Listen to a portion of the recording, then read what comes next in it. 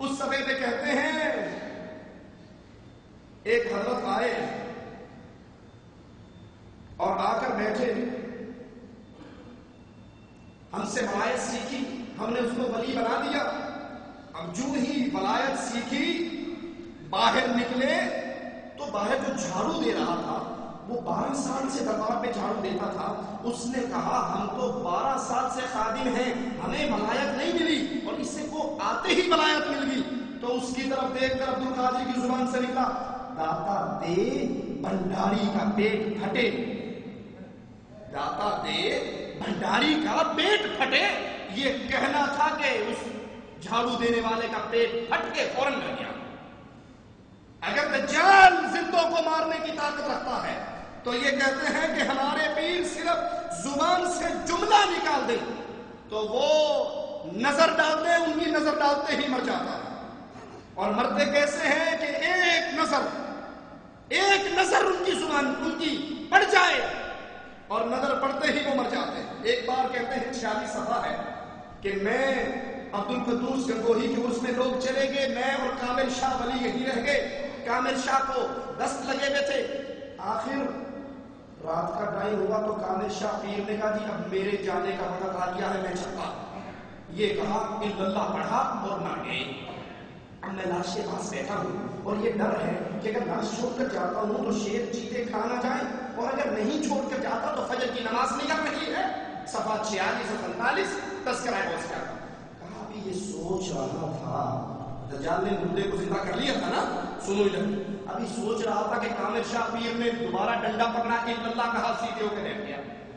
میں نے ڈنڈا سنبھالا کہ شاید کوئی بھوت آ گیا ہے، کہنے لگا بھوت نہیں ہوں، میں کامل شاہ ولی ہوں۔ کہا آپ تو مر گئے تھے۔ کہا تجھے ٹینشن تھی نا فجر کی نماز پڑھنے کی، میں سرکار سے چھٹی لے کر آیا، تجھے فجر کی نماز پڑھانی، چلو نماز پڑھ لو۔ کہا میں نے نماز پڑھ لی، نماز پڑھ کے آیا تو کہنے لگا بس ٹائم ہو گیا، اب پاؤں سے انگوٹھوں سے جان نکلی، ٹخنوں سے نکلی، گھٹنوں سے نکلی، الگ سے نکلی، کرتے کرتے مرے، الا اللہ کہا اور مر گیا۔ وہ تو فتنے کے طور پہ زندہ کر دیتا ہے، یہاں مرے ہوئے نماز پڑھانے کے لیے دوبارہ چھٹی لے کر واپس آ جاتے ہیں۔ ملفوظات احمد رضا صفحہ 314 ہے اس کا، 314 پر اپنے پیر کو مردے زندہ کرنے کا اختیار کیسے دیتے ہیں سنیے۔ کہتے ہیں ہمارے پیر، ہمارے بزرگ وہ گزر رہے، راستے میں سوال ہوا کیا اولیاء بھی مردوں کو زندہ کر لیتے ہیں؟ کہا سیدی احمد جان زندہ پیر ایک مرتبہ تشریف لے جا رہے تھے، راستے میں ہاتھی مرا پڑا تھا، لوگوں کا مجمع تھا، آپ بھی تشریف لے گئے، فرمایا کیا بات ہے؟ کہا ہاتھی مر گیا، ہاتھی مر گیا۔ اس کا سونڈ پکڑ کے پیر نے کہا سونڈ تو ویسی ہے یعنی زندہ ہے، آنکھوں پہ ہاتھ رکھا، کہا آنکھیں بھی زندہ ہیں، پیٹ پہ ہاتھ رکھا، کہا وہ بھی ایسے ہے۔ غرض ایک ایک عضو کو پکڑتے جاتے اور کہتے جاتے یہ تو زندہ ہے، یہ تو ویسا ہی ہے، یہ تو ویسا ہی ہے۔ یہ فرمانا تھا کہ ہاتھی زندہ ہو کر پھر کھڑا ہو گیا۔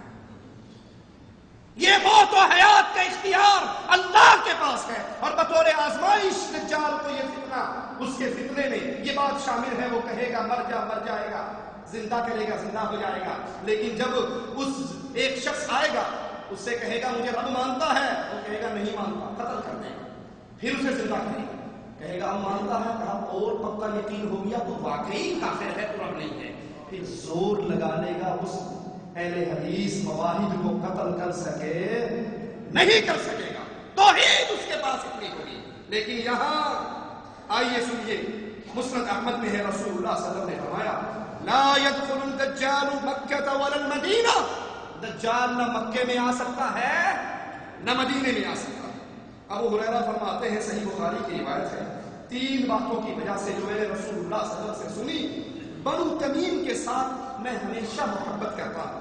اللہ کے نبی نے فرمایا دجال کے مقابلے میں سب سے سخت لوگ بنو تمیم کے ہوں گے، ان کی زکات آئی، آپ نے کہا یہ میری قوم کی زکات آئی۔ عائشہ کے پاس ایک عورت تھی قید میں، جو ان کے پاس آئی تھی ان کے حصے میں تھی، آپ نے کہا عائشہ اس کو آزاد کر دے، یہ اسماعیل علیہ السلام کی اولاد میں سے۔ صحیح مسلم میں ہے، رسول اللہ نے فرمایا صلی اللہ علیہ وسلم جب اللہ عز و جل عیسیٰ ابن مریم کو بھیجیں گے، وہ دمشق کے مشرقی کنارے میں مسجد کے سفید مینارے پر اتریں گے، اپنے دونوں ہاتھ فرشتوں کے ہاتھوں پہ، فرشتوں کے کندھوں پہ رکھے ہوئے سر جھکائیں گے تو چاندی کے موتیوں کی طرح قطرے ٹپکیں گے، سر اٹھائیں گے تو قطرے ان کے بالوں میں ڈھڑکتے ہوئے نظر آئیں گے۔ ان کے سانس کی ہوا جہاں تک جائے گی، جس کافر کو پہنچے گی وہ مر جائے گا، اور ان کے سانس کا اثر وہاں تک جائے گا جہاں تک ان کی نظر جائے گی۔ اور وہ دجال کو تلاش کریں گے، بیت المقدس کے پاس مقام لطف پر آ کر اس کو پائیں گے اور قتل کروا لیں گے۔ صحیح مسلم میں ابن مسعود سے روایت ہے، رسول اللہ صلی اللہ علیہ وسلم نے فرمایا مسلمان رومیوں سے جنگ کریں گے، فتح حاصل کریں گے، پھر مال غنیمت تقسیم کر رہے ہوں گے، ایک زور سے چیخنے والا کہے گا کہ تمہارے اہل و عیال میں دجال ظاہر ہو چکا ہے۔ وہ لوگ سب کچھ جو ان کے ہاتھوں میں ہے اس کو پھینک کر اس کی طرف توجہ کریں گے، 10 سواروں کو اطلاع لینے کے لیے بھیجیں گے۔ رسول اللہ صلی اللہ علیہ وسلم نے فرمایا میں ان سواروں کو جانتا ہوں، ان کے باپوں کے نام کو جانتا ہوں، ان کے گھوڑوں کے رنگ کو اچھی طرح جانتا ہوں، وہ سوار روئے زمین پہ اس دن سب سے بہترین لوگ ہوں گے۔ درخت اور پتھر یہ دجال کے ساتھیوں کا بتا دیں گے۔ جب عیسیٰ علیہ السلام جہاد کریں گے، درخت اور پتھروں کے پیچھے یہودی چھپیں گے، درخت اور پتھر پکار کر کہے گا تعال یا مسلم ان ورائی یہودی، میرے پیچھے ایک یہودی چھپا ہے، آ اور اس کو قتل کر ڈال۔ صحیح بخاری میں اللہ کے نبی صلی اللہ علیہ وسلم کی یہ حدیث موجود ہے، دجال کو عیسیٰ علیہ السلام خود اپنے ہاتھ سے قتل کریں گے۔ صحیح مسلم میں ہے، ابو ہریرہ سے روایت ہے، رسول اللہ صلی اللہ علیہ وسلم نے فرمایا عیسیٰ علیہ السلام نزول کریں گے، مسلمانوں کو نماز پڑھائیں گے، اور جب اللہ کا دشمن عیسیٰ علیہ السلام کو، دجال اللہ کا دشمن دیکھے گا عیسیٰ علیہ السلام کو تو گھلنا شروع ہو جائے گا، جیسے نمک گھلتا ہے۔ اگر عیسیٰ علیہ السلام اللہ کے دشمن کو چھوڑ دیں وہ گھل گھل کے ہی مر جائے، لیکن عیسیٰ علیہ السلام اس کو قتل کریں گے اور اپنے نیزے پر اس کا خون مسلمانوں کو دکھائیں گے۔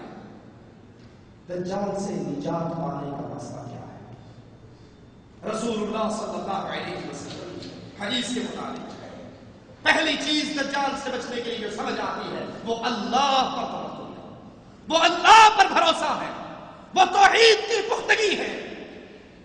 جب اللہ پر توکل کمزور ہو جائے، IS چلا رہا ہے، مظفر آباد سے نکلا ہے، سہیلی سرکار کے دربار کے پاس پہنچا ہے، گاڑی روک کے سر جھکا کے 10 روپے کی نیاز سہیلی سرکار کے دربار میں ڈالتا ہے۔ پوچھو کیوں؟ کہتے ہیں جی سویرے سویرے نکلیا یہ نیاز نہ دیتی چلتی گڈی پٹھی کر دیتا۔ یہ سہیلی سرکار کیا سارجنٹ رہا تھا اپنے دور میں پولیس کا؟ یہ چلتی ہوئی گاڑیوں کو الٹا دیتے ہیں اگر ان درباروں میں نیاز نہ دی جائے۔ آپ نے دیکھا ہوگا اکثر انڈیا پاکستان میں بہترین گاڑی ہے اور اس کے سامنے ایک جتی بندی ہوئی ہوتی ہے، دیکھیے یا نہیں؟ دیکھیے 2D0 میٹر آگے جوتی بندی۔ بھائی یہ جوتی کیا ہے؟ جی مولوی صاحب آپ کو نہیں سمجھنا، یہ جوتی ٹانگ لو تو ایکسیڈنٹ نہیں ہوتا، حادثات سے بچ جاتے ہیں۔ سعودیوں کو بتاؤ بڑے حادثے ہوتے ہیں، جوتی ٹانگ لو ایکسیڈنٹ نہیں ہوتا۔ بہترین ماڈل ٹاؤن AB میں کوٹھی بنا کر کالی ہنڈیا اوپر رکھ دیتے ہیں۔ یہ کیا ہے؟ اجی کالی ہنڈیا رکھی ہو تو نظر نہیں رہتی، پھر یوں کرو سر پہ ہنڈیا رکھ لو، گلے میں جوتیوں کا ہاتھ ڈال لو، نہ تمہیں نظر لگے نہ موت آئے۔ اللہ پر توکل، وتوکل علی الحی الذی لا یموت۔ نہ جوتیوں پہ توکل، نہ تمائم پہ توکل، نہ پیروں پہ توکل، نہ سہیلی سرکار پہ توکل۔ سہیلی سرکار کچھ کر سکتی ہوتی مظفر آباد کے زلزلے کے ٹائم پہ یہ تمہارا ختم پڑنے گئی تھی، اس وقت یہ مر گئی تھی، سو گئی تھی، کہا تھی؟ اس سہیلی سرکار نے مظفر آباد کو کیوں نہیں بچایا؟ اللہ پر توکل کیجئے۔ نجات دجال سے کس کو ملے گی؟ جو اللہ پر بھروسہ کرے گا، جس کی توحید خالص ہوگی۔ رسول اللہ صلی اللہ علیہ وسلم فرماتے ہیں، مسند احمد میں روایت ہے، دجال کا سامنا کرنے والے لوگوں میں سے جس نے کہہ دیا تو میرا رب ہے وہ فتنے کا شکار ہو گیا، اور جس نے کہا تو کافر ہے میرا رب اللہ عز و جل ہے تو پھر اس نے اللہ پر بھروسہ کیا، دجال اس کا کچھ بھی بگاڑ نہیں سکتا۔